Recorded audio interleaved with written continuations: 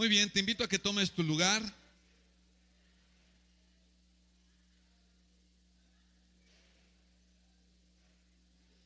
Y abre tu Biblia en el segundo libro de Reyes, capítulo 4.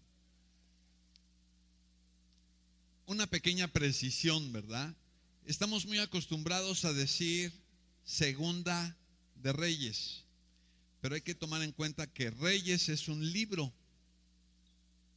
masculino, ¿verdad? Es un nombre masculino, por lo tanto, entonces deberíamos decir segundo libro de Reyes, o bien segundo de Reyes, capítulo 4, y vamos a meditar sobre la historia que está allí en los primeros versículos. Te pregunto, ¿has pasado alguna vez por una crisis? Quien dijo que no, no es que te desee mal, pero pronto pasarás por alguna. Todos hemos pasado o pasaremos por crisis. ¿A alguien le gustan las crisis? A nadie. Pero son útiles y en ocasiones necesarias. Hoy vamos a hablar de una mujer que quedó viuda y que pasó la peor crisis de su vida. Y luego de allí se convirtió en millonaria. Yo quiero decirte que si tú estás pasando por una crisis ahora mismo, prestes atención a esta prédica porque estás a punto de experimentar el mejor tiempo de tu vida. ¿Lo crees? Cierra tus ojos y vamos a orar. Padre, gracias por tu amor, gracias por tu misericordia, gracias por todo lo que tú estás haciendo en nuestras vidas.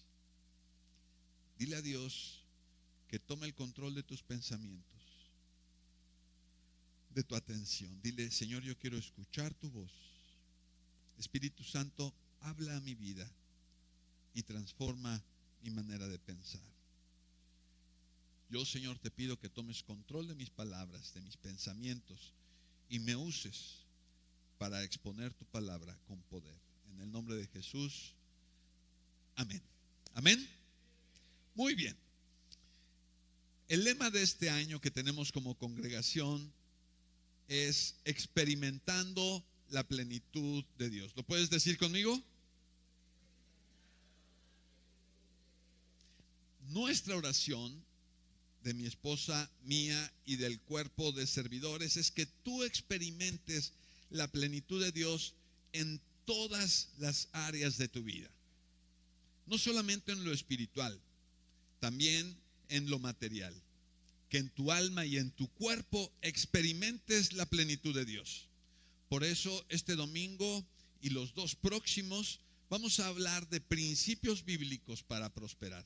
¿Cuál es el tema? Principios bíblicos para prosperar. Y cuando hablo de prosperidad, nuevamente, no solo me refiero a lo económico, me refiero a la parte integral de tu vida.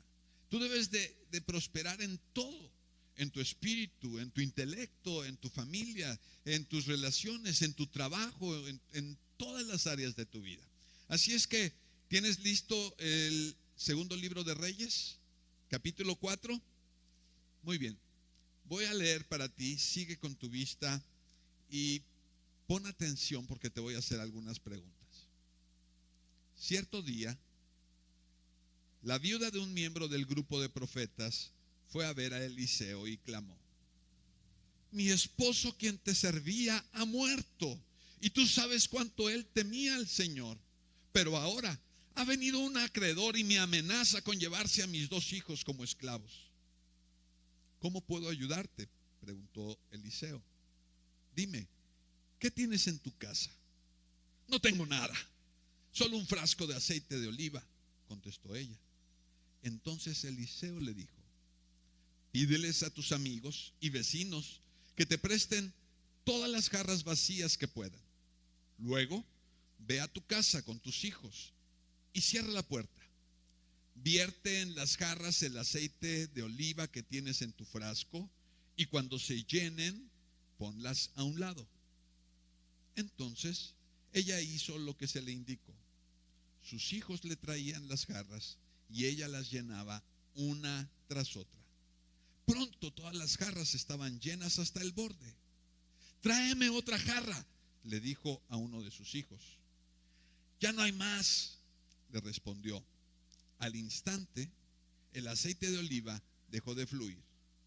Cuando ella le contó al hombre de Dios lo que había sucedido, él dijo: ahora vende el aceite de oliva y paga tus deudas. Tú y tus hijos pueden vivir de lo que sobre. ¿De qué trata esta historia?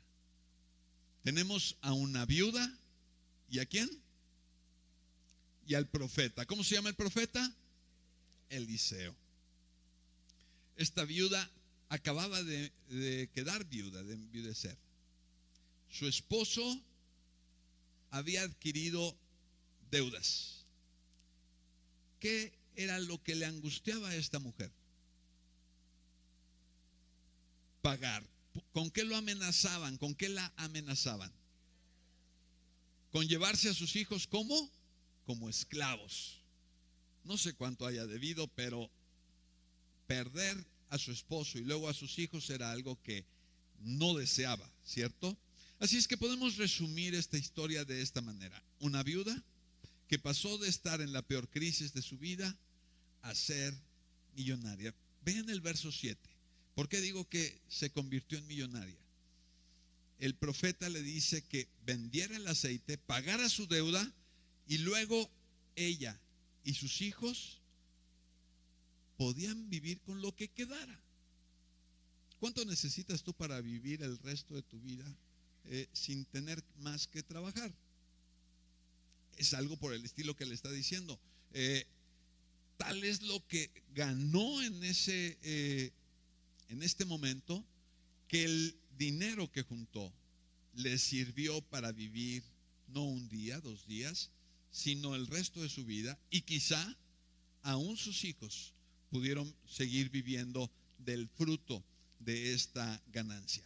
¿Sabes? Si tú estás pasando por una crisis, como te decía hace rato, quiero decirte que no todo está perdido. Dios hace que todas las cosas cooperen para bien a los que Dios amamos. ¿Lo crees? Romanos 8:28. ¿Conoces esta cita? La leo para ti según la Nueva Traducción Viviente. Y sabemos que Dios hace que todas las cosas cooperen para el bien de los que lo aman y son llamados según el propósito que Él tiene para ellos. Y cuando dice la Escritura todo, significa todo. Todo nos ayuda para bien. Pero aquí hay una condición. ¿Cuál es la condición? Que amemos a Dios. Si tú amas a Dios, no importa cuál sea la condición que estés pasando, estoy seguro que aún de esa condición tan difícil, Dios te va a llevar a una cosa extraordinaria. Y sabes, cuando tú y yo tenemos necesidad, cuando tú y yo estamos en crisis, sé que la crisis no nos hace gritar de entusiasmo, pero sí espero yo que a partir de hoy tú te puedas llenar de expectativa, porque estarás a punto de ver un gran milagro de Dios. Tú eres una persona amada, tú eres una persona especial. Dios tiene cuidado de ti. Así es que si estás en esa situación, créeme, no es porque Dios quiera tenerte allí, sino porque Dios quiere enseñarte algo allí. Hablemos un poco de la crisis, ¿sí? Piensa un poco en esta mujer, casada con 2 hijos. Normalmente las mujeres hebreas no trabajaban, el esposo proveía para el hogar y ella se encargaba de la administración. Una situación relativamente cómoda, ¿no es cierto? Pero ¿qué sucedió? El marido muere. No creo que haya sido por vejez. Me da la impresión que habrá sido un accidente, alguna enfermedad, un suceso que hizo que él falleciera en pocos días.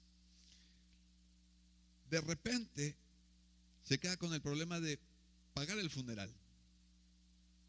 Algunos de ustedes han pasado por esa situación. ¿Y ahora de dónde? y a ver, préstame. Y entonces quizá consiguió lo necesario para el funeral. Y luego a los días que venían, resulta que no tiene la provisión para el alimento, para lo necesario. Así es que ella tiene que empezar a trabajar, a buscar la provisión para su hogar. No termina de pasar la semana cuando llega el acreedor, ¿verdad? Toca a la puerta y le dice, ¿sabe qué? Su marido nos debía tanto. Así es que o paga o nos cobramos con sus hijos. ¿Te puedes imaginar lo que está pasando ella? Hace ya varios años falleció mi suegra y estábamos en su casa y de repente llega una señora que le había vendido, no sé, abono o algo por el estilo. Disculpe la molestia, estamos muy dolidos con lo que le pasó a la señora Idalia, pero ¿sabe qué? Nos debía tal y tal cuenta, ¿verdad? Y vengo a cobrar. Yo no sé cómo se habrá sentido esta mujer, pero estoy seguro que la vida le cambió por completo. De tener una vida cómoda, tranquila, despreocupada, las cosas en ese instante empiezan a modificarse. Resulta que ahora no solamente no tiene para el sustento diario, sino que debe pagar una deuda antigua. ¿Ella estaba consciente de esa deuda? No lo sé.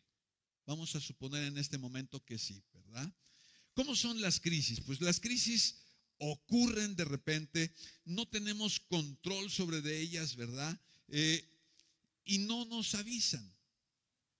Así son las crisis. Las crisis son un punto en el que tú y yo tenemos que tomar decisiones. ¿Qué vamos a hacer en este momento? ¿Cómo vamos a salir de esta situación? Hay crisis en las cuales tú y yo no tenemos nada que ver. ¿Cuántos de ustedes vivían en la Ciudad de México en el 85 cuando el temblor? ¿Verdad? ¿Alguno de ustedes perdió su casa en ese temblor? Gloria a Dios, ¿verdad? Pero ¿qué tal se sintió? En nuestra casa tronó todo.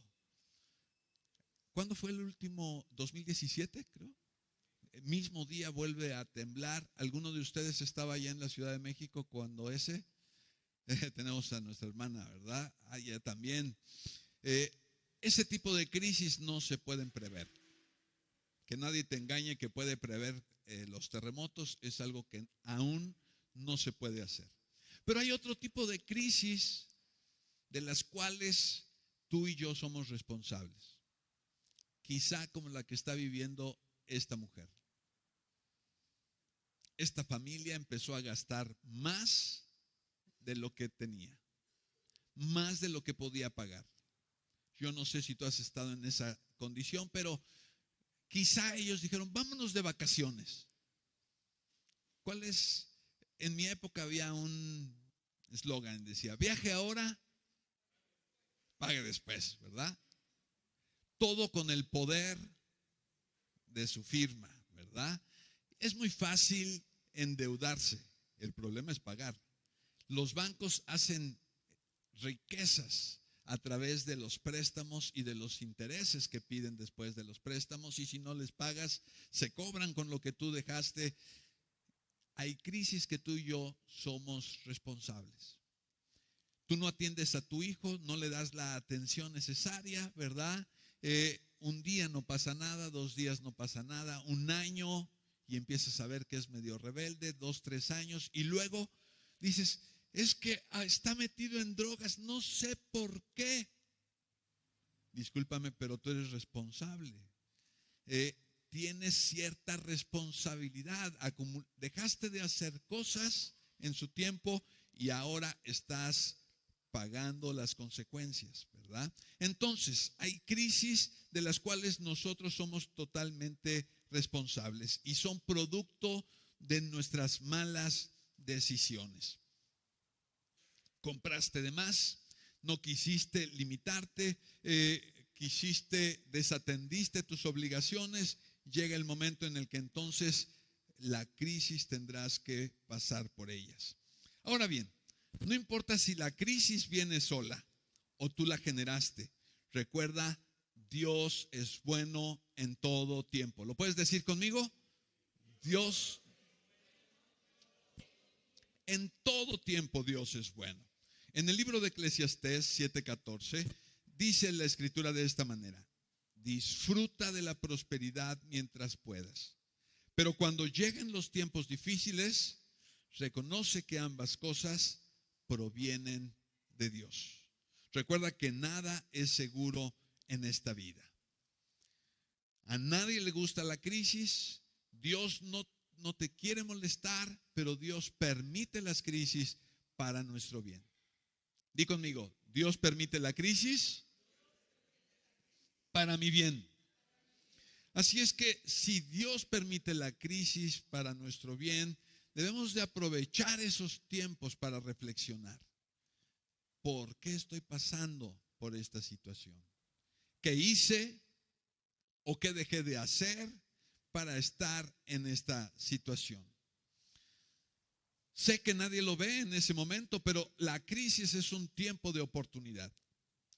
Tú y yo deberíamos de estar pensando qué tipo de negocio podríamos hacer ahorita con la escasez que hay de gasolina, ¿verdad?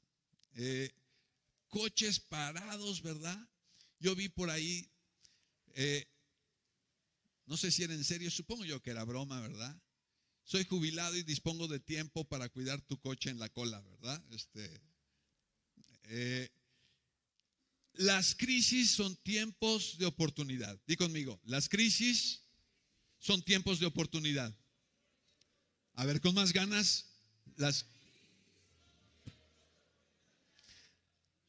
algo bueno puede pasar en todas ellas. Yo sé que al principio no se ve. Estás sufriendo la crisis, pero tú tienes que cambiar tu mentalidad. Tú tienes que aprender a pensar de otra manera. Dice Romanos capítulo 12, versos 1 y 2. Lo leo para ti, no te preocupes. Dice, por tanto, amados hermanos, les ruego que entreguen su cuerpo a Dios por todo lo que Él ha hecho a favor de ustedes. Que sea un sacrificio vivo y santo, la clase de sacrificio que a Él le agrada. Esa es la verdadera forma de adorarlo. No imiten las conductas ni las costumbres de este mundo, más bien dejen que Dios los transforme en personas nuevas al cambiarles la manera de pensar. Entonces aprenderán a conocer la voluntad de Dios para ustedes, la cual es buena, agradable y perfecta. Este texto nos anima a entregar nuestro cuerpo a Dios. Tenemos que venir y ofrecerle a Dios nuestra vida. Nuestros diezmos y nuestras ofrendas no es más que un reconocimiento de que Dios, tú eres nuestro proveedor, te lo entregamos a ti. Lo que queremos hacer el domingo 27 es un reconocimiento de que todo lo que tenemos es de Dios. Y por eso el primer fruto de nuestro trabajo lo queremos traer delante de Dios y presentárselo. Señor, aquí está. Yo confío en ti. No quiero imitar las costumbres de este mundo. No quiero amoldarme a este mundo. Este mundo es de agarrarse, ¿verdad? De no des todo para mí y luego para mí. La escritura nos dice que debemos de transformarnos y esa transformación viene por algo muy especial, la manera de pensar. No viene por arte de magia. Y lo digo con cuidado, no me malinterpretes. La transformación de nuestra manera de pensar no viene por acumular información sobre la palabra de Dios. Tú puedes saber muchos textos bíblicos y pensar como el mundo. Tú tienes que aprender a pensar como dice Dios, a cambiar tu manera de pensar y a moldarla a lo que Dios dice. Dios nos dice, no imiten las conductas ni las costumbres de este mundo. Dejen que Dios los transforme. Sí, Dios nos va a transformar a través de su palabra. Así es que venimos a la iglesia, escuchamos la palabra de Dios, pero luego tenemos tarea que hacer. Poner en práctica los principios de Dios. No es cuánta Biblia sabes, sino cuánta Biblia practicas. Así es que hoy yo quiero darte algunos principios. No sé si me alcance el tiempo para ver 4 principios para que tú modifiques tu manera de pensar. ¿Qué principios vemos aquí con esta viuda? ¿Sí? Versículo 1. ¿Estás ahí conmigo todavía? No pierdas Segundo de Reyes, capítulo 4, verso 1. Llega esta mujer y le dice: mi esposo, quien te servía, ha muerto. Y tú sabes que él temía al Señor. Yo no sé tú, pero yo veo aquí un tono de queja. Viene esta mujer y parece que está culpando al profeta. Él trabajaba contigo y ahora tú tienes que resolverme mi problema. A mí me parece que la viuda está atrapada en una mentalidad de víctima. ¿Cuál es la característica de una mentalidad de víctima? Culpar a otros. Todos son responsables de lo que me pasa a mí. Nos es fácil, ¿verdad? Los esposos quizás sea una de las cosas que más nos gusta de nuestro matrimonio. Tenemos a quien culpar. Si nos está yendo mal, esposa mía, deja de gastar, por eso es que estamos como estamos, ¿verdad? Ya no quieres cambiar las cortinas de la casa, siempre es fácil, ¿verdad? Pero tú te puedes comprar tus cosas y ahí ni quien diga nada, ¿no? Quiero decirles que me acabo de comprar un asador, pero sí me quejo con mi esposa, ¿verdad? De que se compra una u otra cosa. Esta es una inversión para la casa, para comer carne asada. Ya les estaremos invitando a la casa a comer. Muy bien, tenemos que dejar de pensar como víctima. La víctima siempre está echando la culpa a otro, siempre se queja. ¿Conoces gente que se queja? No voltees a ver a nadie, ¿verdad? Mirada hacia enfrente. Conocemos a mucha gente que se queja. Esta mujer venía quejándose y parece que le está culpando al profeta. Ahora fíjate, ¿qué es lo que más le preocupa a esta mujer? ¿La muerte de su esposo? No, el hecho de que el acreedor se quiere llevar a sus hijos, ¿verdad? Dios no está de acuerdo con esa mentalidad de víctima. Tenemos que cambiar, porque desde esta posición Dios no puede hacer nada. Sí. Mientras tú tengas mentalidad de víctima, no hay nada que Dios pueda hacer. Y mira que Dios es poderoso. Y según hemos visto el domingo pasado, Él responde mucho más abundantemente de lo que pides y de lo que entiendes. Pero mientras tú mantengas una mentalidad de víctima, Dios no va a poder hacer nada. Mientras tú digas: Señor, llévate a mi esposa, ¿verdad? O te la envío, Dios no va a hacer nada. Mientras tú digas: es que todos los problemas de la casa son a causa de ella, es que si ella dejara de pelear, es que si ella dejara, no va a pasar nada en tu casa. Tú tienes que empezar a tomar responsabilidad de las situaciones que están pasando allí.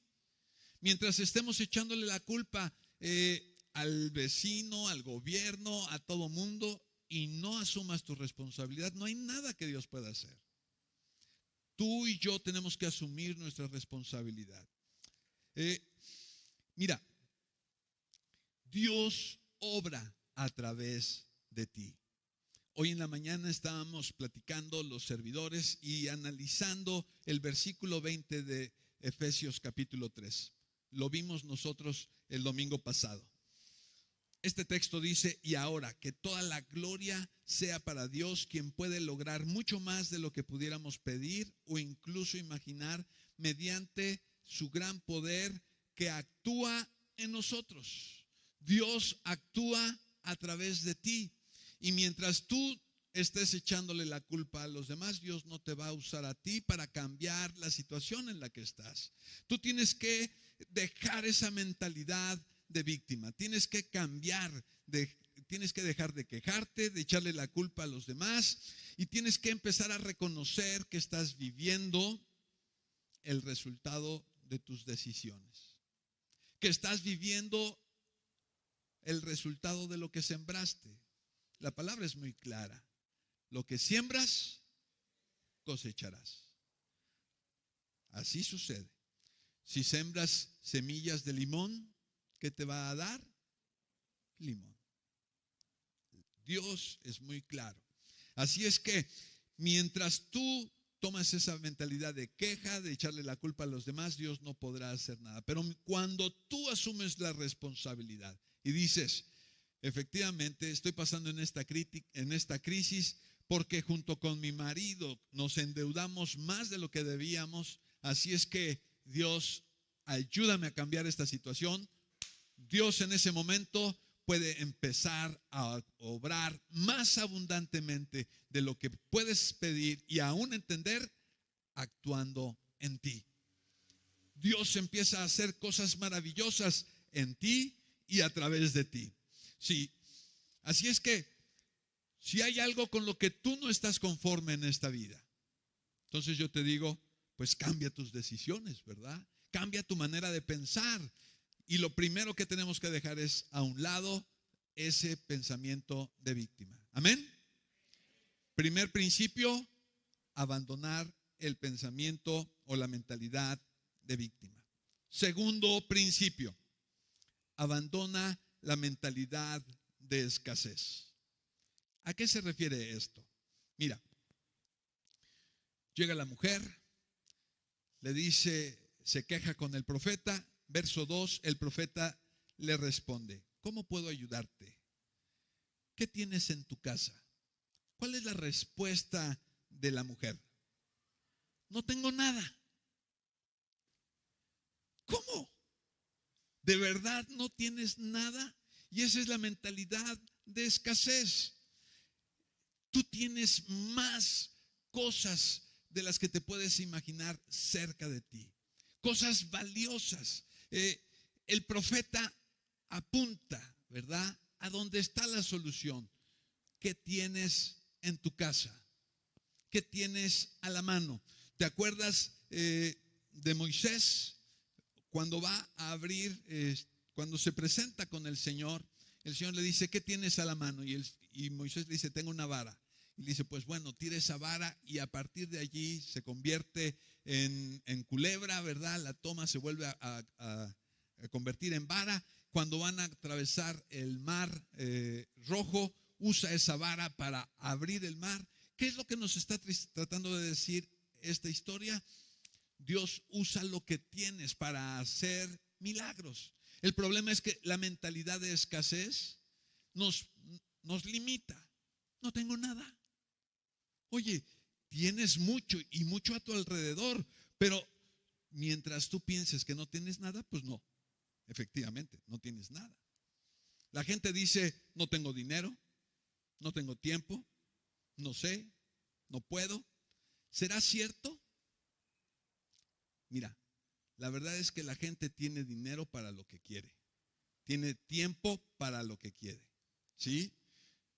¿Cuántos de ustedes? Yo sé que ustedes directamente no, pero a mí me ha tocado ver gente que dice no tiene dinero y de repente dicen, una cooperacha para el pomo, ¡pum! Y hay no para uno, dos, y hay para comprar, y tú dices, pero no había dinero. Pero si se trata de celebrar, claro que hay. La situación es esa. No queremos gastar en algunas cosas, pero en lo que nos interesa, sí. Tú debes de cambiar tu manera de pensar, cambiar tus limitaciones, ¿verdad? Y buscar dentro de ti, alrededor de ti, las bendiciones que Dios te ha dado. Dinero, cosas valiosas, tienes. Recursos, tienes. Solo tienes que buscar bien. La mentalidad de escasez solo ve problemas. Todo es difícil para el que tiene una mentalidad estrecha. Todo se le complica. Mira, aquí hay que distinguir muy bien entre ver problemas y analizar las situaciones. Parte de la ingeniería y parte de resolver una situación dada en una empresa es analizar la situación y tienes que ver los problemas que hay o los problemas que se van a suscitar. Eso no es de lo que estoy hablando. Eso se tiene que hacer. Tú tienes que analizar cómo va a funcionar este sistema, pensando en las aplicaciones, ¿verdad? ¿Qué posibilidades de error tiene? ¿Qué es lo que va a hacer el usuario que pudiera hacer que esta aplicación no funcione? Tú te tienes que anticipar. Porque una vez que te anticipas a eso, planeas para eso y previenes ese tipo de situaciones. Eso hay que hacerlo. El de mentalidad escasa ve los problemas, pero no propone ninguna solución. Lo único que dice: está difícil, no se puede, no vamos a salir, no. Se queda allí. A veces necesitamos a esta persona para identificar problemas, ¿verdad? Lo que tenemos que hacer es abandonar esa manera de pensar en la que todo se complica, en la que no puedo salir de aquí. Yo entiendo, la viuda está en una situación compleja, está a punto de perder sus hijos a causa quizá de las malas decisiones de su esposo. Si ella no resuelve la situación, pronto los va a perder. Entiendo que esté angustiada, pero ¿qué es lo que está haciendo el profeta con ella? A ver, despabilate, cambia tu manera de pensar. ¿Qué tienes en tu casa? Nada. A ver, piénsale otra vez, ¿verdad? ¿Qué tienes? Es ahí donde tú y yo tenemos que cambiar esa manera de escasez, esa manera de pensar y abrirnos a nuevas posibilidades. La gente tiene que aprender a cambiar su mentalidad, y eso nos lleva al tercer principio. Tenemos que aprender a ver las cosas a través de la abundancia de Dios. Jesús nos dice en Mateo 17:20: ustedes no tienen la fe suficiente. Les digo la verdad, si tuvieran fe, aunque fuera tan pequeña como una semilla de mostaza, podrían decirle a esta montaña: muévete de aquí hasta allá, y la montaña se movería. Nada sería imposible. Jesús nos está diciendo que si tuviéramos fe tan pequeña como la de un grano de mostaza, podríamos hacer cosas milagrosas. Así es que tú y yo tenemos que aprender a dejar esa escasez y pensar conforme a la abundancia de Dios. Dios, hay cosas a mi alrededor que son valiosas. Quizá yo no las he valorado, quizá yo no, por esta manera tan estrecha de pensar, por ahogarme en los problemas, no soy capaz de ver.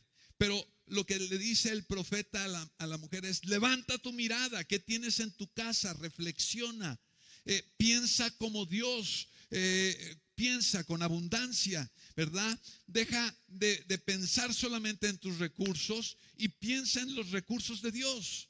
Hoy en día hablan de salir de la caja, pensar fuera de la caja. Eso es lo que significa, ¿verdad? Cuando estás tú dentro de la caja, solamente ves lo que acostumbras ver.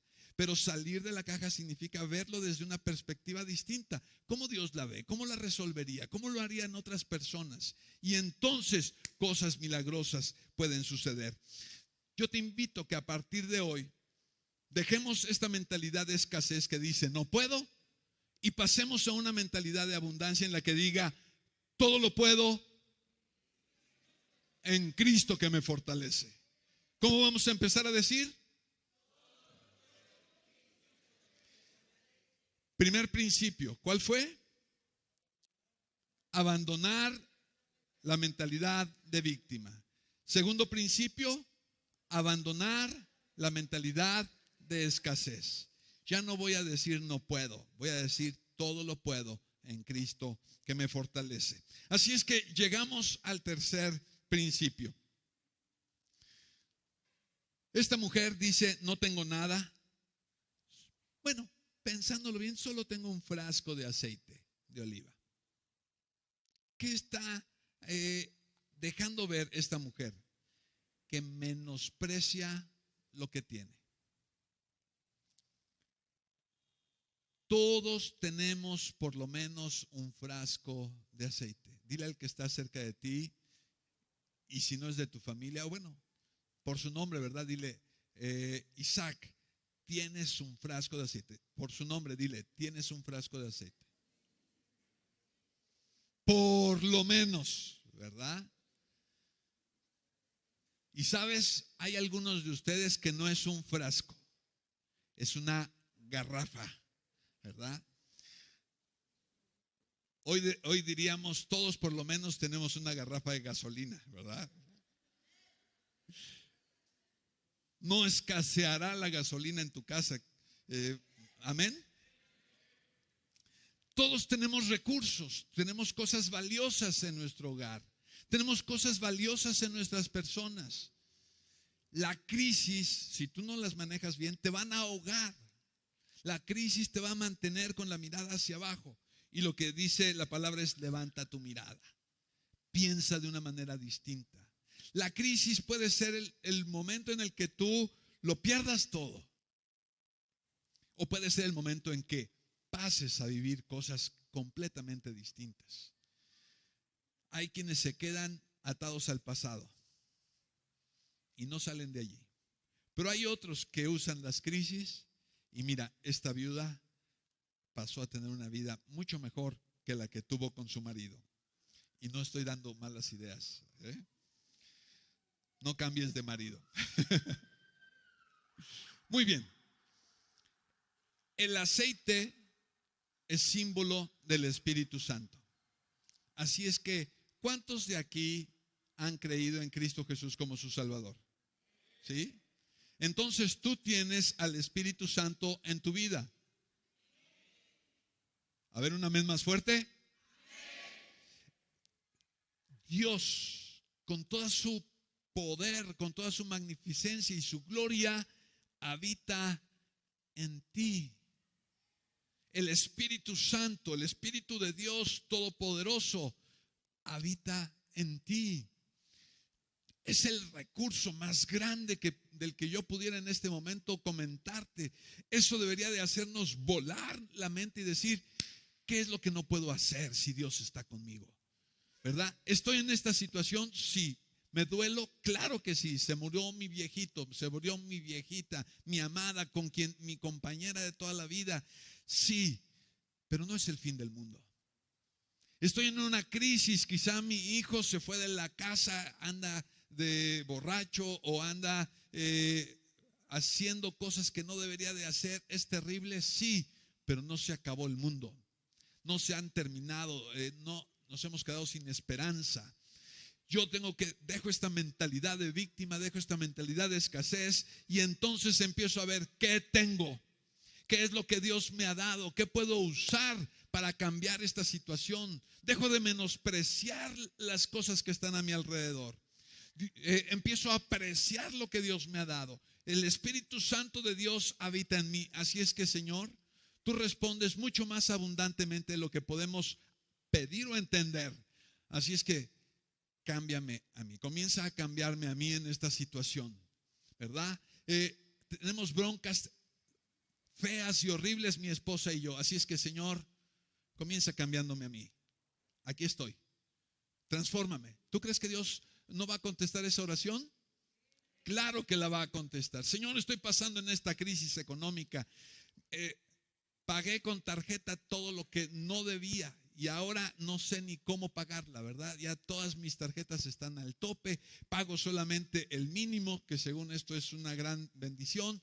Señor, ¿me ayudas a reorganizar mis finanzas? ¿Qué crees que te va a decir el Señor?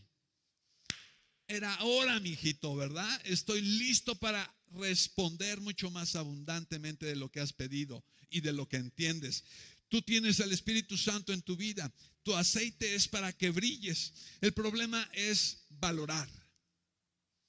Y comencemos por valorar a las personas que están a nuestro alrededor. Voltea a tu lado. Si está tu familia allí, valora a tu esposo, valora a tu hijo, valora a tus hermanos en Cristo. Son valiosos. Son recursos que Dios te ha dado. Empieza a valorar tu experiencia. Quizá tú dices, es que estoy peor que el chamoy, pastor. Salado, ¿verdad? Me pasan muchas cosas malas. Valora todas esas cosas. Dios te ha dado estos recursos, esas malas experiencias tú las puedes capitalizar en cosas buenas. Algunos dirán, pastor, pero es que soy feo. Yo te digo, eso es un activo que tienes, es algo que tú puedes explotar. Podrías ser estrella de cine, de horror, pero de cine, ¿verdad? Es un activo que tú puedes explotar. Deja de lamentarte, es que estoy chaparro, es que estoy muy grande, es que estoy muy gordo, es que estoy muy flaco. Valora lo que tienes. Los que están gorditos pueden decir, yo valgo mucho, ¿verdad? Y más por kilo, ¿verdad? Tú y yo tenemos que empezar a pensar de manera distinta. Dejamos la víctima a un lado, dejamos la escasez a otro y venimos, Señor, quiero valorar lo que tú me has dado. Me has dado grandes riquezas. Permíteme verlas, permíteme apreciarlas. Tú y yo tenemos entonces que valorarnos. Este frasco de aceite que Dios te ha dado puede satisfacer la necesidad de alguien más. La tuya, la de otra persona, y eso tú lo puedes aprovechar para bendecir. Fíjate, esta mujer tiene un frasco de aceite. Lo menosprecia y dice, pues es muy poquito. Pero nunca se le imaginó que ella podía aprovechar ese recurso para salir adelante. El aceite en aquella época se utilizaba más que para cocinar. Es como el combustible hoy en día, ¿verdad? Lo usaban para las lámparas y alumbrar, lo usaban para ungir, varios usos. Así es que ella podía usar este recurso para satisfacer la necesidad de alguien más. Tú tienes cosas que alguien más necesita, tu familia necesita. Muchas de nuestras relaciones están sufriendo porque tú no has usado tus recursos para bendecir a tus amados, a la gente que está a tu alrededor. Muchos de nosotros tenemos negocios que están frustrados porque no hemos usado esas capacidades para bendecir a otros. Quizá tú sabes hacer de comer de manera que otros no hacen. Pues suple la necesidad de esas personas y Dios te va a bendecir. Piensa qué tengo de valor y que puedo usar para bendecir a otros. Hacer negocios en la Biblia es algo santo, es algo justo, es algo necesario. Y eso te va a traer bendición a ti. Hablando en la economía, pero hablando en las relaciones, lo que tú tienes lo necesita alguien más. Padres que estás aquí, tus hijos no necesitan un nuevo Xbox, no necesitan un nuevo teléfono. Lo que necesitan es más tiempo contigo. En lugar de trabajar tiempo extra, ven a casa y haz algo con tus hijos. Jueguen serpientes y escaleras, cuesta 10 pesos en la esquina, ¿verdad? Y eso va a ser mucho más útil para la relación de tu hijo. Nos sobamos el lomo para llevarlos a las mejores escuelas y estamos como haciéndonos harakiri, porque para pagar esa escuela tenemos que abandonar a nuestros hijos y al cuidado de otras personas.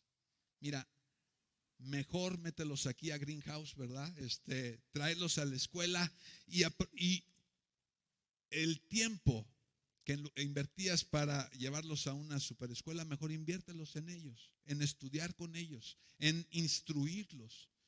Es algo mucho más valioso. Tú tienes que aprender a valorar lo que tienes y a quienes tienes a tu alrededor. ¿Cuántos de ustedes han perdido a sus padres? Que fallecieron sus padres. Los míos fallecieron ya hace tiempo. ¿Cuánto darías por el abrazo de tu papá? un beso de tu mamá. Que tuviera la oportunidad. Y tú tienes a tus hijos ahorita. Yo sé que tus hijos te dirán, ay, hazte a un lado,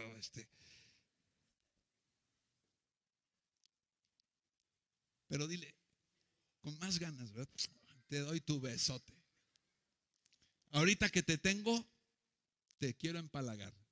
Algún día ya no me tendrás, pero habremos formado un lazo tremendo. Tú tienes cosas valiosísimas que los que están a tu alrededor necesitan.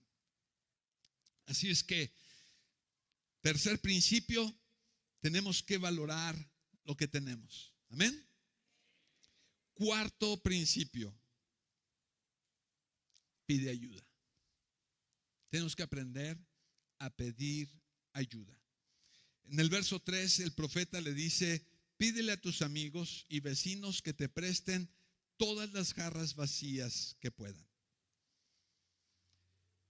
¿Por qué no salimos de las crisis en ocasiones? Pues porque no pedimos. No le pedimos a Dios, no le pedimos a nuestros amigos que nos ayuden, ¿verdad? Jesús en el Sermón del Monte dice, porque todo aquel que pide, recibe. Y el que busca y al que llama, se le abrirá. Así es que tú y yo tenemos que aprender a pedir. Tenemos que quitarnos la pena. Eso es algo que nos atora. Si tú eres de los penosos que no se atreve a pedir ayuda, tienes que dejar eso a un lado y decir, ya, me voy a deshacer, ¿verdad? En la carta de Santiago 4:2 dice, codiciáis y no tenéis, matáis y ardéis de envidia y no podéis alcanzar, combatís y lucháis, pero no tenéis lo que deseáis, porque no pedís. Así es que tenemos que pedir y aprender a apoyarnos en los que están a nuestro alrededor. Hijos, necesitamos apoyar, ¿verdad? En casa, la responsabilidad de mantener la casa funcionando y teniéndola en orden no es solamente de mamá.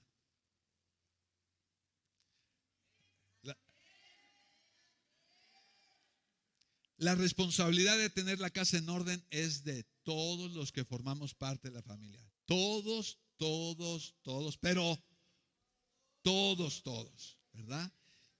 ¿Qué tenemos que hacer? Pedir. Pero pastor, es que si le pido a mi hijo me dice, no, tenemos que pedir, tenemos que aprender a pedir y pedir bien. En situaciones económicas tenemos que aprender a pedir y pedir bien. El apóstol Santiago dice, pedís y no recibís porque pedís mal, para gastar en vuestros deleites. ¿Qué es pedir mal? Es pedir para gastar. Tú y yo tenemos que aprender a distinguir aquí dos cosas: gasto e inversión. Son muy distintas. ¿Qué cosas son gasto? Las sabritas, los gansitos, la coca, son gastos. No te van a ayudar en nada. En algunas ocasiones las vacaciones son gastos. Ropa que no necesitas. Es que solamente tengo 30 suéteres, pastor. Necesito el 31. Mira que este está precioso. No lo necesitas. Eso es un gasto. ¿Sí? Un gasto es algo que no te va a generar nada. Una inversión son aquellas cosas que te van a generar algo. ¿Cómo qué? Capacitación. Tú vas a pagar un curso para que te capaciten. Eso no es un gasto, eso es una inversión, porque una vez que tú quedas capacitado, vas a usar ese conocimiento, esa habilidad para hacerlo producir. Si tú te quieres comprar una nueva maquinaria, ¿verdad? Una computadora para tu trabajo, un martillo para tus, ¿cómo se llaman? Tu empresa, ¿verdad? Esas son inversiones, vas a redituar. Así es que si tú llegas con alguien y le dices, necesito que me prestes para irme de vacaciones, eso es un gasto, estás pidiendo mal y espero que no le prestes a nadie en esa situación. Pero será muy distinto que te diga alguien, quiero que inviertas conmigo. Mira, este es el plan de negocio, esto es lo que quiero hacer, necesitamos este capital, podemos invertir en esto, ¿qué te parece? ¿Verdad? Lo ponemos por escrito y adelante, es muy diferente. Tú tienes que aprender a distinguir. ¿Tienes que pedir ayuda? Sí. ¿Tienes que aprender a pedir? Sí. Y tienes que aprender a pedir y en ocasiones pedir prestado, pero pedir prestado bien. Dicen que si quieres perder un amigo, ¿qué tienes que hacer? Porque tenemos la mala costumbre de no devolver las cosas. Pero tú y yo tenemos que cambiar nuestra manera de pensar y ser buenos pagadores. Mira, yo a mis hijas les presto dinero y luego se los cobro. Y a veces mi esposa me regaña, ay, pero son tus hijas. Digo, tienen que aprender a pagar sus deudas. Y déjame decirte que son buenas pagadoras, ¿sí? Así es que tú y yo tenemos que enseñarnos a pagar. Pedimos prestado, quizá, pero tú tienes que aprender a pagar y llegar, ¿verdad? Aquí estoy y vengo a pagarte. No esperar a que te vengan a cobrar. Eso no debe darse entre los hijos de Dios. Amén. Si hay algo peor que puede existir, es alguien que pidió prestado y no da la cara para pagar. Pasa un día, pasan 2 días y el que pidió prestado como que está esperando, ¿verdad? Como la avestruz, mete la cabeza debajo. Que no me vean, que no. Te están viendo todo el trasero, ¿verdad? ¿Y dónde que hay unos que lo tienen grandote? Así es que te estoy viendo y sé que no me has pagado. Estoy esperando a que tú tengas la decencia de venir a dar la cara, por lo menos a decir, debo, no niego, pago, no tengo. Por lo menos, ¿verdad? Pero tú y yo debemos de ser de los que pagan y pagan bien. Porque cuando tú sientas un buen historial crediticio, la próxima vez que tengas una crisis, ¿qué crees que va a suceder? Claro que puedo invertir en ti. Claro que puedo confiar en ti. Y no solamente eso, sino más. 4 principios hemos visto en esta mañana. Primero, abandonar la mentalidad de víctima. Segundo, abandonar la mentalidad de escasez. Tercero, valorar lo que tenemos. Y cuarto, pedir ayuda. Si tú y yo podemos hacer estas cosas, créeme, prosperidad viene sobre tu vida. Prosperidad económica, prosperidad en tus relaciones, prosperidad espiritual. Tú y yo tenemos que empezar a hacernos responsables. Así es que te voy a pedir un favor, ponte en pie.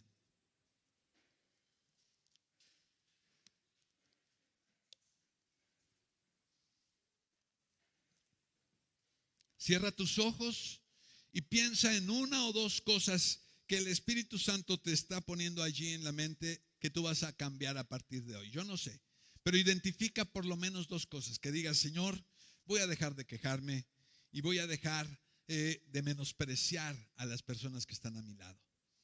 Quizá tú lo digas, Señor, voy a buscar cosas buenas en mi familia. Voy a aprender a ver lo bueno y no lo malo. Toma 2 resoluciones en este momento.